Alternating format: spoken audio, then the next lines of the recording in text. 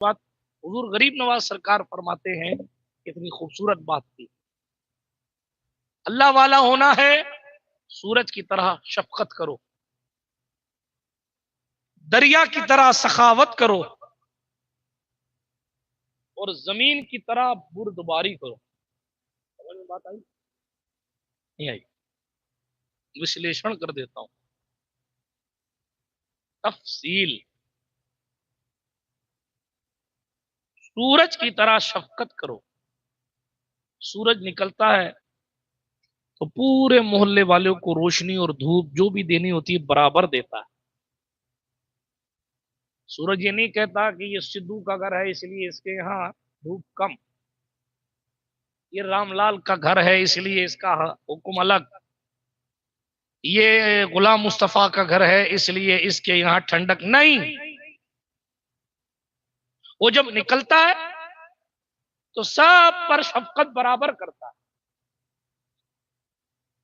خواجہ خواجگان فرما رہے سورج کی طرح شفقت کرو، سب کے حقوق کی پاسداری کرو، بلفظ دیگر سب کا خیال کرو، اور آسان کروں پوری انسانیت پوری مانوتا کے ساتھ بھلائی کرو۔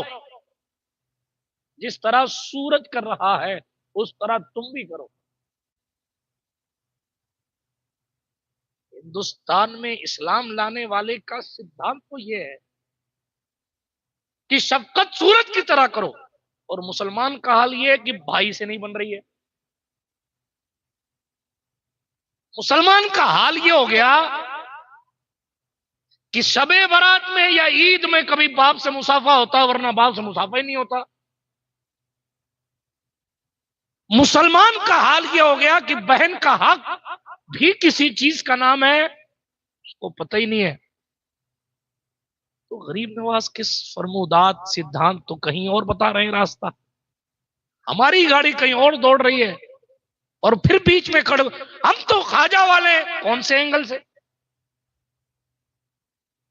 اور دوسرے مذہب کا بھائی دیکھتا ہے تو کہتے دیکھو دیکھو دیکھو ہم مسلمان ایسے مسلمان ایسے مسلمان ایسے کیوں؟ اس لیے کہ جناب انہوں نے دین کو پڑھا تو ہے نہیں، وہ تو اس کنڈیشن کو دیکھتے ہیں کہ مسلمان کیا کر رہے ہیں تو اسی سے اندازہ لگاتے ہیں کہ شاید اسلام میں یہی ہوگا۔ ہمارے کردار نے نفرتوں کی آگ لگا رکھی،